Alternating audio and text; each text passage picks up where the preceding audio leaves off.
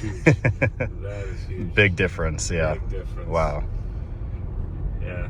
I should have done this earlier. Yeah, Just... that's what I tell everyone. All right, hello everyone. Welcome back to the Fit IT Guy. Today I'm going to show you exactly how to install a Model Y Juniper suspension into a first generation Model Y. So this is for 2020 to 2025, early 2025 Model Ys. And this is also the same exact process for the Model 3s. If you want to install a Model 3 Highland suspension, you can do the same thing. You can follow this video. I do have a video that I did already doing the retrofit from the Highland into the first gen Model 3. So you can go ahead and check out that video here.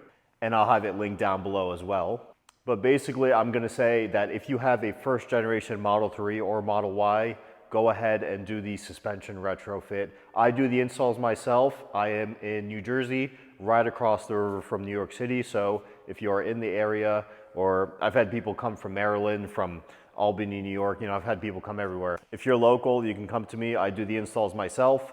I've done over 30 installs now of all different types of suspensions, but mostly the Model 3 Highland retrofits and the Model Y Juniper retrofits. And this is probably the best thing you can do for your car. It is absolutely amazing. So for the price, it's one of the best things you can do for your car. And you're just gonna get a much more comfortable and plush ride, which you deserve when you're driving your Tesla. Especially for the Model Y, it's just way rougher than the Model 3. I originally had a 2020 Model Y, and at some point I gave up and I said I have to change the suspension on this. So I went through multiple different suspensions just to test, obviously for the channel. And that was actually my first video, was installing a Tine suspension on my 2020 Model Y, which I do have a Tine suspension on this car now. But especially if you're getting up there in miles, I've seen suspensions go bad as early as 70,000 miles, especially around the 100K range, they start to creak. I've seen a lot of blown shocks, so you might as well replace the suspension anyway with the new higher quality and way more comfortable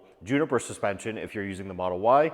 If you have a Model 3, you would go with the Model 3 Highland suspension. I love doing these installs. I have a ton of customer reactions. I take a video almost every time I do one of these installs. I get in the car with the person for a test drive after, and they're just absolutely amazed. Even in this parking garage here that's completely flat, there's nothing, they feel the difference right away. So as soon as you get onto the road with all the road imperfections and bumps and cracks and everything, you feel the difference right away. The biggest thing I'm gonna say difference-wise, it's not about what you can feel, it's about what you don't feel anymore. So you don't feel these cracks, you don't feel these bumps and certain things. It really reduces it, cracks especially. Bumps, it's just way better. Nothing's ever gonna be 100% unless you have a Rolls Royce or something. But this is as good as it gets. A lot of you are getting some really nice, good deals on a used Model Y, first gen Model Y, first gen Model 3. You go ahead and do this suspension retrofit upgrade, and you basically almost have a Model Y Juniper suspension wise, and it just makes it so much better. So this video here will have the install, and you're gonna see the full test drive after. Again, I've done so many Model Ys. This Model Y here in the video was a 2025, actually, early 2025. So the person just got his car before the Juniper came out, and he's like, why is it driving so rough? Got him hooked up, put in the Juniper suspension for him, and it was a night and day difference. I had him drive around just after doing only the rear upgrade first, and had him see directly what the difference was with the front still having the original Model Y suspension and the rear having the Juniper suspension. And it was just a night and day difference. You would feel stuff with the front and then you wouldn't feel it with the rear. So then I put in obviously the complete kit, and he was so happy. He drove all the way from 2 hours away in Pennsylvania. Again, I've had people come, 4.5 hours from Maryland, from upstate New York. So go ahead, make out the trip. You can contact me, thefititguy9@gmail.com, and we can go ahead and schedule you. I've done over 30 of these now, and I'm just gonna keep doing them. I love seeing the reactions people have, and it's just so much fun working on cars. So here's the installation and then the test drive after. Okay, once you take your wheels off, you have this little clip that you're going to pull with a needle nose plier, which reveals the lining over here, and we can get our 15mm socket up into the top of the rear strut. There's two bolts holding in the rear strut here. They're both 15mm bolts. We're going to go ahead and loosen those up first. There's also a 10mm nut down here holding this plastic cover. This is just a cover, I guess, for dirt and stuff. And here we have a 21mm bolt and a 21mm nut to loosen the strut there, the bottom of the strut, and we can go ahead, compress it down, pull it out here. Once we do that, we're going to go ahead and jack up the lower spring arm here. We need to do this so that we can then take out the next bolt. This is the bolt holding the spring arm to the wheel hub here. And we're going to pull out this 21 millimeter bolt. Again, you need a socket on the other side to hold it still while you loosen it from the right side. And we can go ahead and push down on the spring retainer here, push it down, and then we can pull out the spring. Now we're going to transfer the top rubber gasket from the old spring to the new spring. And there's a little groove in there already for it to match onto the new spring. And then we're going to transfer the bottom rubber isolator here as well. And it has these little wedges that you have to get the spring into.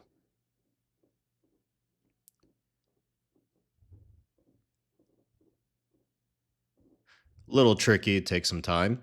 And then we can go ahead and push it in. There are 2 rubber knobs on the bottom that line up with 2 holes on the spring retainer arm there. So just go ahead and be aware of that. Those 2 knobs need to align perfectly. And we can go ahead and push the spring in here. And now we're going to have to compress and push up the lower spring arm. And we have to align it with the wheel hub hole as well, where the nut goes through, as you can see there. And there we go. We got it mostly aligned. So I'm going to go ahead and stick the bolt in now. This is pretty hard. I've done it quite a few times now, so I've made it a lot easier. But you can see the hole lines up. And we're going to go ahead.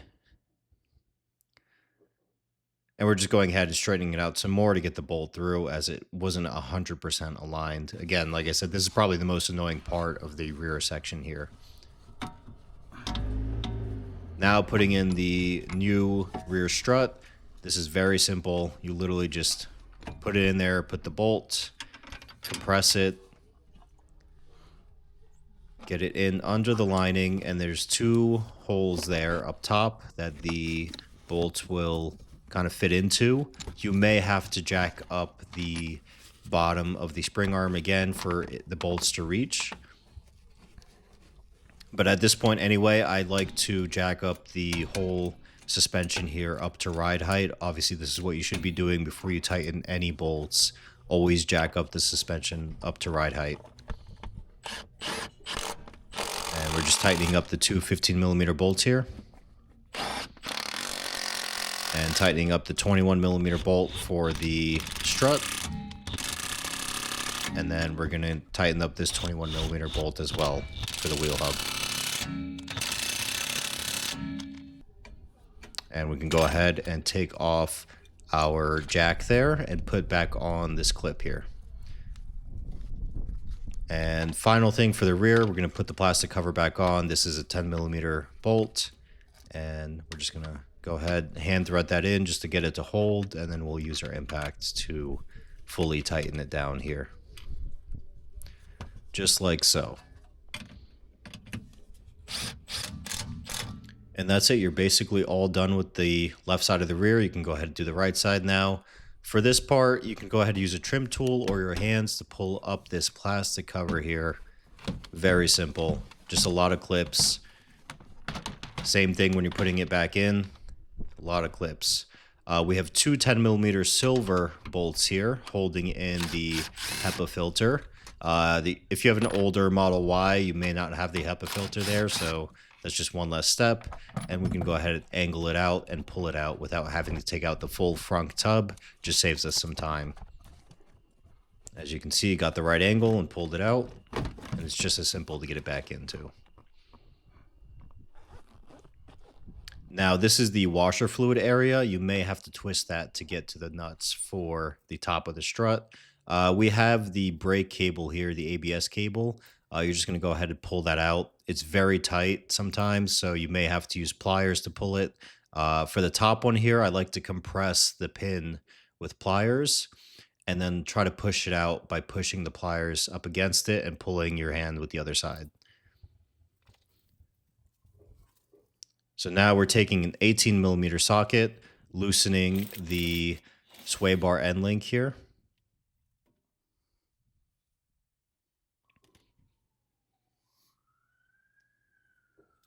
And then from there, you're going to use a T45 Torx and a 15mm on the other side to loosen up the bolt here that's holding in the front upper control arm to the wheel hub there. So we can go ahead and push down on the front upper control arm, and that loosens up the bolt, allowing us to pull it out. As you can see, it's a T45 Torx socket head. And you can see this drive assembly here wiggles around now. So we're going to go ahead and use a special tool. I'll link it down below. It's a 13mm thin wall socket. And we're going to go ahead and take out the top nuts, the 3 nuts for the top of the front strut here. Very simple to get access to on the Model Y. Model 3s, it's a little bit more cramped. This thin wall socket is also magnetic, which helps a lot. So again, on the bottom, 21mm, we're using a socket on one side to hold it, and the impact on the other side. 21mm on both sides. Now you can go ahead and pull that out, but before we do that, we're going to take out the sway bar end link there. You may have to jack up the suspension a little to be able to pull it out. And then you can loosen up the jack and pull the front suspension out completely. It comes right out. Very simple. On the Model 3s, it's a lot tighter. It's a lot harder to get out. Model Y's a lot more room to work with. And this is my car here. I somehow lost the footage of the old Model Y I was doing the suspension on, so I'm just showing you how to put in the suspension here on my Model Y Juniper. Same exact process, don't mind the different color. So you're going to get it in. This rubber part's a little bit hard here, and you just have to align the hole, and you can see there's some space at the top of the strut there, so you want to push the strut all the way up to be able to get the holes to line up and get the bolt through. Again, you may have to jack up the suspension for it to be able to fit in there. Get the sway bar end link here into the hole. So now that we got the bottom of the strut all the way jacked up, go ahead and take the tool. You want to hand tighten the nuts first, and then we're going to use the socket wrench to tighten it up after. You do not need an impact. These are very low torque, about 18 foot-pounds of torque for these nuts up here, so just use a socket wrench. Once those are tightened up, we can go back to the suspension here. We're going to put the 18mm nut back on the sway bar end link stud there. So we have the suspension fully jacked up again, so I'm going to go ahead and tighten it. It actually has a Torx hole in the stud itself, which if you want to tighten it with the Torx hole, you would actually tighten it counterclockwise.